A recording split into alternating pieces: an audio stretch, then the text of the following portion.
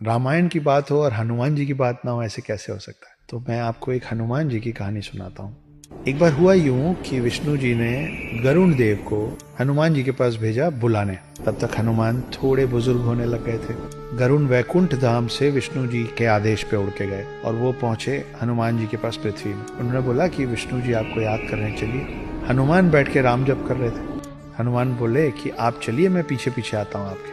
गरुण को लगा मुझे तो सिर्फ यही कहा गया था कि इनको इन्फॉर्म करना है, इनको सूचित करना है, मैंने अपना काम कर दिया।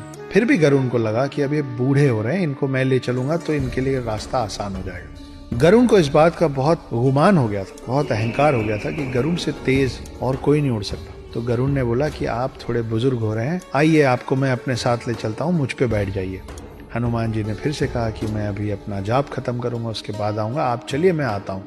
गरुण निकल गए। गरुण पूरे स्पीड से उड़ के वापस विष्णु जी के पास वैकुंठ धाम पहुंचे। मगर वहां पहुंच के देखते क्या है, वो देखते हैं कि ऑलरेडी हनुमान जी बैठे हुए हैं विष्णु जी के पांव के पास। ये पूछते हो कि प्रभु मुझे कैसे याद किया। गरुण को समझ में नहीं आया कि मैं इतने वेग से उड़ के आया हूँ, मुझसे पहले हनुमान जी पहुंचे तो पहुंचे कैसे। और उनके दिमाग में एक और सवाल था कि अगर हनुमान जी यहाँ पहुंच भी गए थे तो द्वारपाल जो उस दिन सुदर्शन चक्र थे वो हनुमान को अंदर कैसे आने दिए। सुदर्शन चक्र ने हनुमान को विष्णु जी के पास आने से रोका क्यों नहीं। तो खोज शुरू हुई कि सुदर्शन चक्र है कहाँ। द्वारपाल सुदर्शन चक्र अगर द्वार पे नहीं है तो गया कहाँ। विष्णु जी मुस्कुराए और हनुमान जी बोले, हे हनुमान, कहाँ है मेरा सुदर्शन। हनुमान जी ने मुंह खोला और मुंह के अंदर से सुदर्शन चक्र निकला।